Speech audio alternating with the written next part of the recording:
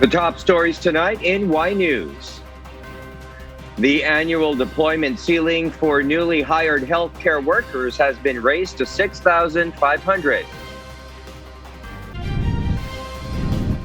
The Philippines temporarily suspends the deployment of overseas Filipino workers to Oman.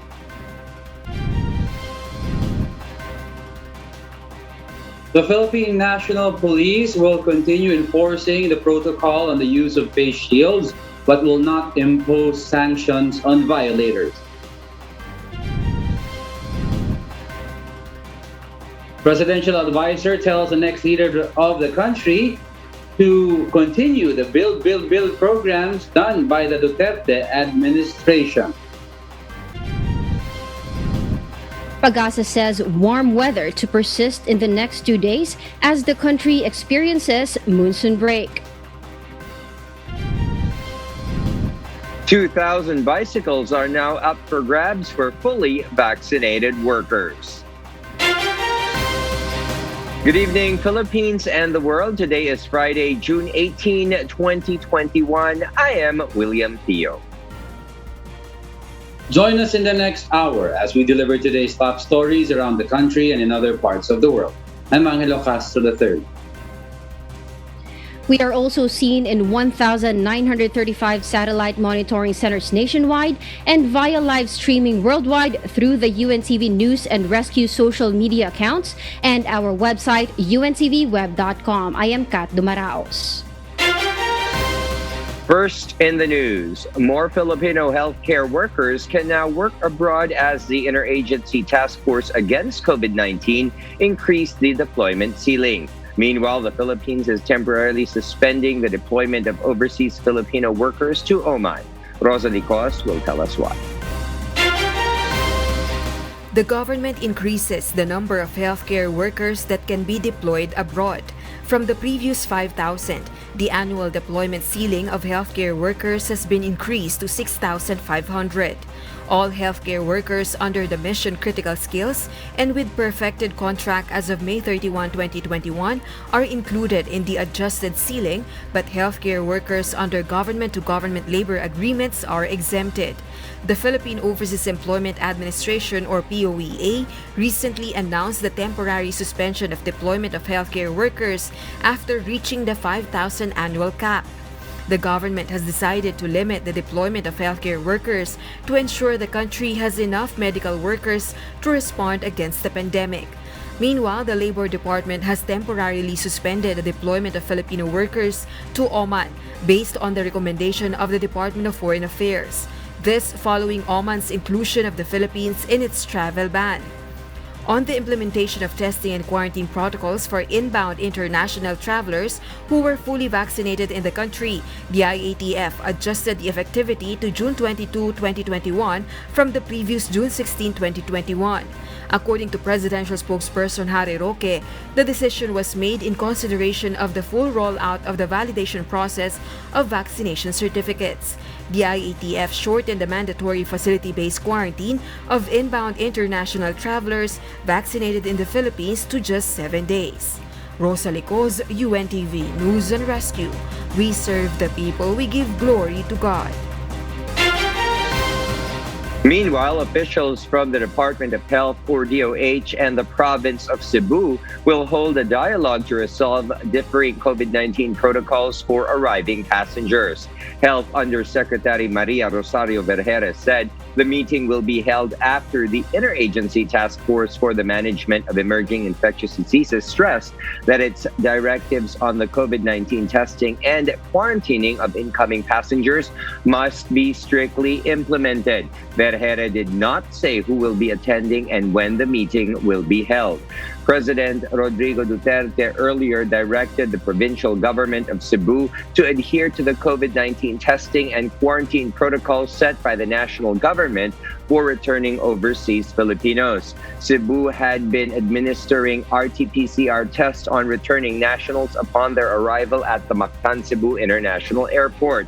This is contrary to the IATF protocols, which require arriving Filipinos to take an RT-PCR test on the 7th day of their arrival.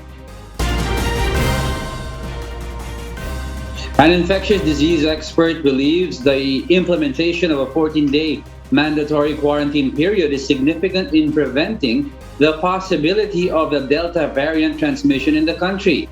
This follows the declaration of the Center for Disease Control, or CDC, regarding COVID-19 variant that was first discovered in India as a variant of concern, as it is dangerous and more contagious. It also served as a basis for the medical expert to still recommend the use of face shields against the threat of the Delta variant. Marvin Callas will detail why.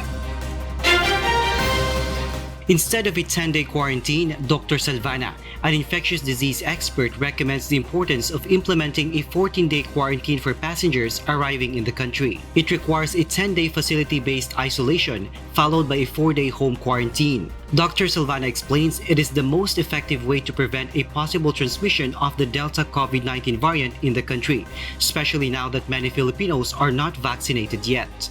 The Centers for Disease Control have earlier declared the Delta COVID-19 variant as a variant of concern as it poses danger and is more contagious. Ang bilis po talaga kumalat nitong Delta variant. In fact, new cases in the UK, 90% na po are Delta variant. At ang isang nakakabahala dun sa mga partially vaccinated na isang dose pa lang yung nakukuha nila, mukhang less po yung effectiveness. Bagamat protective pa naman, kung nakadalawang doses na.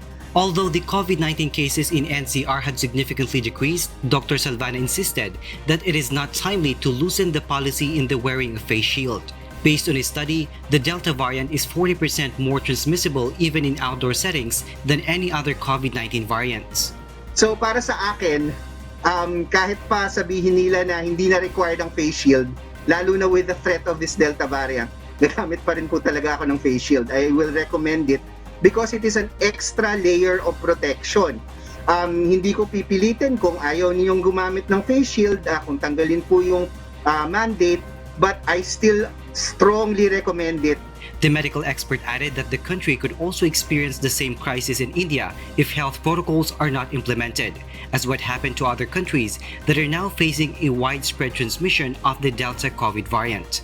Marvin Callas, UNTV News and Rescue.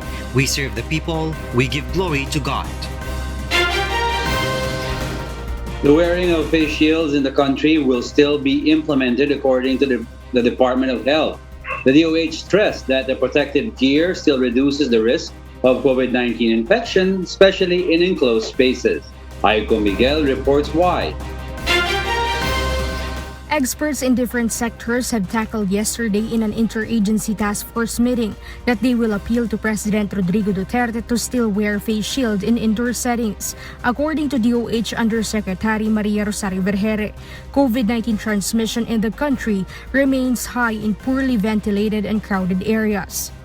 Sa indoor spaces, talagang kailangan mo yan suot, no? And we have identified specific settings kung dapat kailangan naka-face shield ka. For the outdoors, it will be voluntary na lang. So we will wait for the decision of the Office of the President. But while we wait, according to Secretary Roque, we remain, no, yung status quo natin ay ipapatupad pa rin natin. Undersecretary Vergere added that the health officials' statements are in accordance with the existing face shield policy in the country. So whatever Yusek Bong, Secretary Duque, and myself, as mentioned, these are all aligned with the joint memo circular of DOH and the other agencies na nilabas noong January of this year. Kapag maraming tao, talagang naandyan po yung probability na mataas na maaari ka ma-infect. Pero ang sabi rin naman natin dyan, may mga exemptions tayo. So when you are walking alone, for example, naglalakad ka lang naman, mag-isa ka, hindi mo kailangan naka-face shield ka. The DOH stands firm that face shields can still give protection against COVID-19 alongside with wearing a face mask and physical distancing. The Philippines remains to be the only country implementing mandatory face shield policy. Aiko Miguel, UNTV News and Rescue. We serve the people, we give glory to God. The Philippine National Police will continue to enforce the face shield policy to the public but will not impose sanctions on violators. Leah Ilagan will tell us why. Philippine National Police Chief, Police General Guillermo Eleazar has instructed the police on the ground to refrain from imposing sanction on violators who would be caught of not wearing face shields on open and enclosed places. General Eleazar said violators should just be cautioned and reminded that there are no new guidelines that allow the non-wearing of face shield. Eleazar explained that although President Rodrigo Duterte was quoted saying that face shield should only be worn inside hospitals and other medical facilities, the IATF recommends the mandatory wearing of face shield. He added that they will continue implementing the existing policy while waiting for the decision of the president. Eleazar reminded the policemen on the ground not to hurt persons who will be apprehended for not wearing face shield. Leia Ilagan, UNTV, News and Rescue. We serve the people. We give glory to God. The Philippines today recorded 6,833 new cases of novel coronavirus disease, bringing the total tally to 1,346,276. The Department of Health said total recoveries rose to 1,261,115 after 3,441 more patients recuperated from the viral disease. The death toll climbed to 23,385 with 110 new fatalities. Meanwhile, the number of new infections drove the country's tally of active cases to 61,776. Of this figure, 92.2% are mild, 3.7% are asymptomatic, 1.22% are moderate, 1.7% are severe, and 1.2% are in critical condition. The DOH noted in its bulletin that 5 accredited testing laboratories failed to submit data on time. And for those watching our 24/7 live streaming on YouTube, please click the subscribe button you see on your screen and ring the bell for notification. You may also follow us on Facebook. With less than a year left in the Duterte administration, a government official has urged whomever will be the next leader of the country to continue projects that has been done under the president's term. JP Nunez will tell us why. Yes, JP, go ahead. Yes, Diego, Presidential Advisor on Flagship Programs and Project Secretary Vivencio Dizon gave an update on the progress of the Duterte administration's ambitious Build, Build, Build program. During the briefing, Dizon reported that the government has completed numerous infrastructure projects under the BBB in a span of 5 years. These are the 212 airport projects, 446 seaport projects, 10,376 flood mitigation structure, 26,494 kilometers of road, and 5,555 kilometers of bridges. He also bannered the completion of some flagship projects such as the new passenger terminal building of the Clark International Airport and the Luzon bypass infrastructure last year. Hinihiling po namin kung sino man po ang magiging susunod na Pangulo at susunod na administrasyon. I think it is incumbent upon the next administration to not only continue but to even fast-track all the good work that has been done under the leadership of President Duterte. According to DPWH Secretary Mark Villar, it also generated 6.5 million of jobs to construction workers and will still provide work for more than 1 million of them next year despite the pandemic. Nung nagsimula ang Duterte administration at yung Build, Build, Build program from 2016 to 2020, ang total accomplishment ay 2.536 billion. So halos times 3 po ang physical accomplishment ng Duterte administration. So masasabi ko po talaga na malayong-malayo po ang accomplishment sa term ni President Duterte sa infrastruktura. Meanwhile, several infrastructure projects, majority of which are focused on the transportation sector, are yet to be completed. With this, Dizon asked for the public's patience for the discomfort while the government's infrastructure projects are undergoing construction. That is our latest live. Back to you, Diego. Thank you for that report. JP Nunez reporting live. There's a big possibility that House Majority Leader Martin Romualdez will run in the vice presidential race in the 2022 elections, according to a political analyst. Meanwhile, Congressman Romualdez said they will strengthen the alliances of his Lakas CMD party and the regional party Hugpong ng Pagbabago, led by Davao City Mayor Sara Duterte. Nel Maribohok reports why. The name of late Representative Martin Romualdez is not new to those who have plans to run in the 2022 national elections. According to Ramon Casiple, a political analyst, Romualdez already stated his openness to enter the vice presidential race. Kung nakikilitaw ngayon yung pangalan niya sa mga hanayan, hindi ako nagulat. Casiple added that this is also the right time for political parties to negotiate for the upcoming polls. Yung 2022, tama-tama itong panahong ito na tinatapos o ongoing yung mga negosasyon sa pagitan ng mga partido, sa pagitan ng mga kandidato na sa lahat ng posisyon yan. Pati yung mga partido mismo nagkakaroon ng mga usap-usapan. Last Wednesday, President Rodrigo Duterte expressed his support to Romualdez if he will run as VP, but the lawmaker has no final decision yet. According to House Majority Leader Romualdez, the president of Lakas CMD, they will strengthen their alliances with the regional party Hugpong ng Pagbabago, led by Davao City Mayor Sara Duterte for the 2022 elections. We have a close relationship and we are looking forward to strengthening it further and as we look towards the 2022 elections. Kumbaga, hindi kami maghihiwalay. In fact, we will strengthen our alliance and we will formalize that very soon at the proper time. A photo surfaced showing former President Gloria Macapagal Arroyo with Bongbong Marcos and Congressman Romualdez in a meeting held last June 14.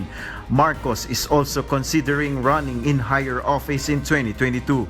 Meanwhile, former Congressman Rolando Andaya in his Facebook post said the support of President Duterte to Romualdez was an old commitment. He insists that there is now Saragibo tandem for 2022. Nel Maribohok, UNTV News and Rescue. We serve the people, we give glory to God. The Commission on Elections, or COMELEC, is studying the possibility of allowing the online filing of certificates of candidacy for the 2022 elections. An election watchdog, meanwhile, pushes for transparency of data. Dante Amento tells us why. Cagayan de Oro Congressman Rufus Rodriguez believes filing of certificate of candidacy through online is ideal amid the threat of COVID-19 pandemic. Election watchdog Contra Daya convener Danilo Arao agrees with the Solon's proposal, but it should be thoroughly examined first and assured to input transparency mechanism for its implementation. Yung online na pagpa-file, sana naman ay magkaroon ng mekanismo parang transparent pa rin yung proseso nito. Ang anumang datos na i-fill out sana online, sana maging readily available yan sa publiko. Independent groups will have an access to data of a candidate such as the name, position, or political party for monitoring or checking. COMELEC should also consider those remote areas where there is no access to the internet. It can be done through physical filing. Sana may paraan yung COMELEC para makapagbigay ng mga kiosk o ng anumang mekanismo para at least kung kinakailangan online yung submission, may ganong mekanismo pa rin para sa mga nagnanais tumakbo pero walang access sa internet. Meanwhile, the group asks the public to report incident of vote buying or premature campaigning through contradaya@gmail.com and their other social media pages. Susing-salik po talaga rito yung voter education at ito yung parati namin ginagawa po sa Contradaya. Kaya kapag may mga nag-iimbita sa amin para magbigay ng mga seminar o mga workshop hinggil sa election, hindi po kami talaga tumatanggi. Damtiamento UNTV, News and Rescue. We serve the people. We give glory to God. And for the news abroad, as Taiwan battles their first major COVID-19 outbreak, so does their vaccine acquisition program, which has been delayed for months. Taiwan president said political intervention is at hand. Annie Mancilia explains why live. Yes, Annie, please go ahead. Mariel, Taiwan is directly negotiating with German vaccine manufacturer BioNTech to strengthen their capacity for the vaccination of approximately 24 million Taiwanese. The closing of the deal with BioNTech, however, was delayed due to China's intervention. President Tsai Ing-wen announced in her official Facebook account. The delay of Taiwan's vaccine procurement process, allegedly due to Beijing's intervention, has been denied by China, which insists that they buy from them instead. However, health experts in Taiwan have concerns about the effectiveness and safety of the vaccines from the mainland China, stating that the country has poor track record of complying with good manufacturing practice regulations. With China regarding Taiwan as their own territory, it also objected vaccine donations by Japan and the USA, with Taiwan as the recipient, whose vaccination rate is one of the lowest in the region. Marielle? Annie, where exactly China comes into play with regards to the direct negotiation of Taiwan with BioNTech? And could it be that the problem is with BioNTech? Do they have enough supply to give to Taiwan? Well, Marielle, according to Raymond Chong and Christopher Schutz, a Chinese company is claiming to be the official distributor of BioNTech in Taiwan. And we may recall that for years, China has stood between Taiwan's public health and the rest of the world. You know, like blocking them from participating in the World Health Assembly. Based from that history, it isn't so much of a surprise that President Tsai Ing-wen accused China of blocking their way in trying to get hold of BioNTech. But the actual details of it, Marielle, were not really expounded by the president, and even BioNTech decided not to comment on the issue. Marielle? All right, Annie Mancilia, thank you for those updates live from Singapore. Major banks and airlines were among businesses hit by a fresh global online outage, with the problem traced to US-based tech provider Akamai. Joselito Liquido tells us the details live. Joselito? Marielle, the Massachusetts Akamai network service was hit with the software defect, causing many outages in the network delivery to their users in the midst of peak business hours in Asia. Akamai said the outage was not caused by cyber attack, but rather a software bug on the service that protects customers against denial of service attacks. The disruption affected several large companies around the globe, including Southwest Airlines, United Airlines, Commonwealth Bank of Australia, Westpac Bank, and Australia and New Zealand Banking Group, as well as the Hong Kong Stock Exchange website. Services have since been restored for many of the companies impacted Thursday morning. Marielle? Joselito, as this has impacted many companies around the world, how often do situations like this occur, and where the companies are rendered offline? Are they specific to cyber attacks? Marielle, short internet outages are not a rare occurrence at all and is quite common. Many companies experience this instance that the outages are caused by hacker or the result of cyber attacks are actually unlikely, and these circumstances highlight the importance of these companies running the internet. Back to you, Marielle. Thank you, Joselito, for those updates. After 35 years since the U.S. added a new holiday, the federal government declares June 19 as an official national holiday. May Viandog will tell us why live. Yes, Maeve, good evening. Good evening, Marielle. President Joe Biden signed a bill into a law on Thursday to commemorate June 19 or Juneteenth, marking the true end of slavery in the U.S. in 1865. This is the first new federal holiday since the Martin Luther King Jr. Day was established in 1986. Here's what President Joe Biden said during the news briefing. This is a day of profound, in my view, profound weight and profound power. A day in which we remember the moral stain, the terrible toll that slavery took on the country and continues to take. What I've long called America's original sin. Vice President Kamala Harris also explained the significance of establishing the holiday. So as we commemorate the history of Juneteenth, as we did just weeks ago with the history of the Tulsa Race Massacre, we must learn from our history, and we must teach our children our history, because it is part of our history as a nation. It is part of American history. For many years, advocates called and fought for the federal holiday.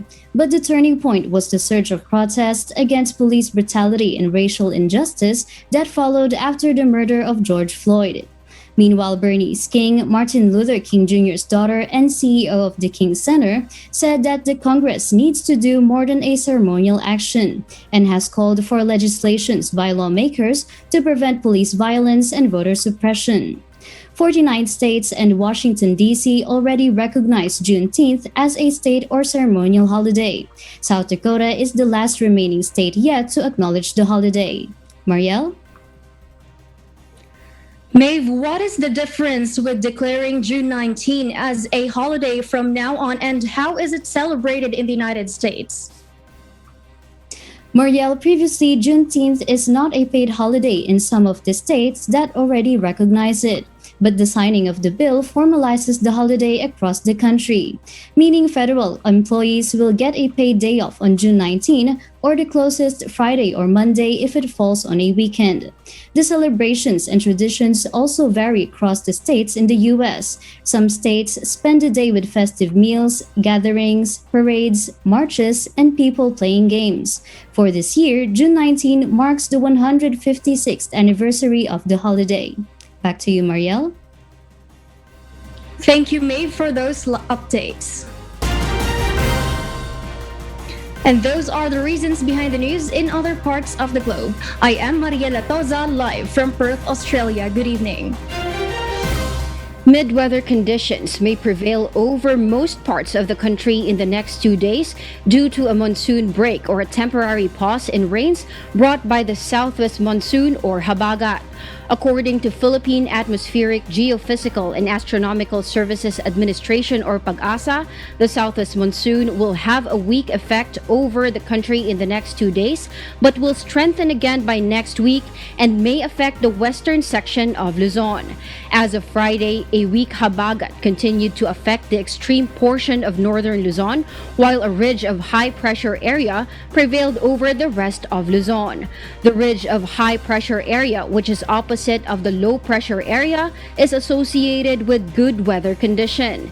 Based on its extended weather outlook for key areas from June 19 to 22nd, PAGASA said that maximum air temperatures may reach 32 to 33 degrees Celsius in Metro Manila, 34 to 37 degrees Celsius in Tuguegarao City, 24 to 25 degrees Celsius in Baguio City, 30 to 32 degrees Celsius in Tagaytay City, 31 to 32 degrees Celsius in Puerto Princesa City, 32 to 33 degrees Celsius in Metro Cebu, 32 to 33 degrees Celsius in Metro Davao, and 34 degrees Celsius in Zamboanga City. PAGASA said most parts of the country will have fair weather conditions but may still experience some isolated rain showers due to localized thunderstorms. PAGASA constantly reminds the public to remain vigilant against possible flash floods or landslides during severe thunderstorms. The Department of Health maintained that available vaccines against COVID-19 are effective in preventing severe forms of infection and hospitalization. following reports that a number of healthcare workers in Indonesia still contracted the disease even after getting inoculated. Aiko Miguel will tell us why. Yung real-world studies po nagpalabas na lahat ng bakuna, pati po yung mga ginagamit natin dito sa ating bansa, ay pantay-pantay sa effectiveness. Ibig sabihin, it can prevent severe infections and hospitalizations. In Indonesia, over 350 doctors and medical professionals have contracted COVID-19 despite the majority of healthcare workers having been inoculated with Sinovac.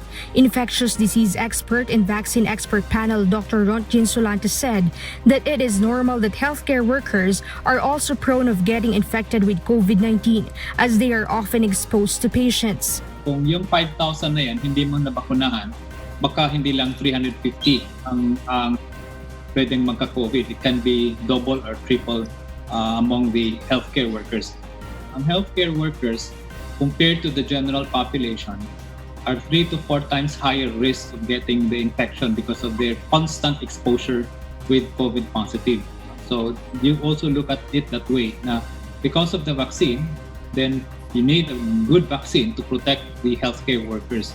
And that has been proven now that Sinovac can protect the healthcare workers. There may be various efficacy rates of COVID-19 vaccines, but these are effective against COVID-19. Based on the World Health Organization and emergency use authorization of Sinovac COVID-19 vaccines Coronavac in the country, it has over 50 to 90% efficacy rate. Although there are no release reports yet of vaccine manufacturers on the efficacy rates of vaccines against more transmissible variants Alpha, Beta, Gamma, and Delta, these vaccines still give more benefits against COVID-19 infection according to the DOH. Lahat po ng bakuna natin, no matter what variants are there, naapektuhan yan, yes, oo, pero meron pa rin naman pong natitira na pagprotekta sa atin. So let's get the vaccine. Let us not be doubtful. Let's give that confidence. Kahit may mga lumalabas na mga ganitong balita, yan pong mga bakuna isa sa mga susi para malabanan po natin itong pandemya. Meanwhile, the DOH adds there are no reported serious adverse events due to COVID-19 vaccines in the Philippines. So pag tinignan natin, common pa rin ang ating mga nararamdaman, no, na reaksyon ng ating mga kababayan, which would be chills, fatigue, fever, headache, nausea, pain sa site ng injection. Hanggang sa ngayon, wala pa rin po tayong kaso o di kaya ay adverse events na na-identify which has direct causality with the vaccines. Aiko Miguel, UNTV News and Rescue. We serve the people, we give glory to God.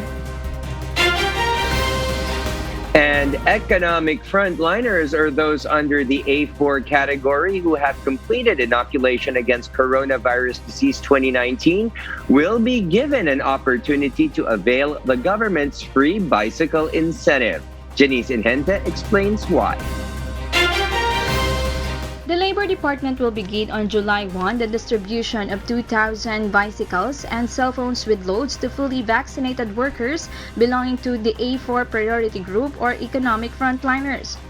According to Attorney Maria Carina Trevilla, the director of the Bureau of Workers with Special Concern of DOLE, they target to provide those in the informal sector who work in private companies, even household helpers, and are self-employed. It's actually pursuant to the instruction of the Secretary that we come up with this incentive for our A4 economic frontliners to entice them to submit themselves to vaccination. At nag-deploy na nga tayo ng vaccination program for A4 noong June 7.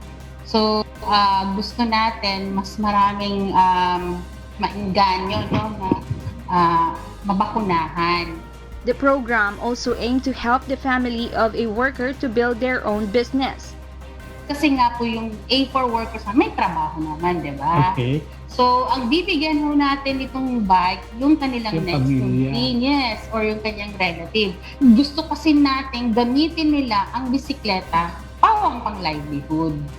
2,000 bicycles with insulation bags, protective helmet, reflective vest, cell phone with load wallet will be allocated to beneficiaries in the National Capital Region and in the provinces. Hindi lang po yan, yung ating makakatanggap ng bisikleta, i-enroll din po natin siya sa Group Personal Accident Insurance or GPI kasi nga magla-livelihood siya, may expose din siya sa risk, kailangan may insure natin sila. Those who would like to apply for the program may contact the BWSC hotline at 840-43336. Email at mail@bwsc.dole.gov.ph.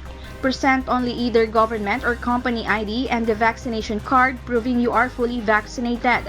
Next week, the BWSC is expected to complete the mechanics for the said livelihood program. Janice Inhente, UNTV, News and Rescue. We serve the people, we give glory to God. And before we close, we will leave you with the final word, giving glory to God, from the book of Proverbs, chapter 22, verse 9. It says, "He that hath a bountiful eye shall be blessed, for he giveth of his bread to the poor."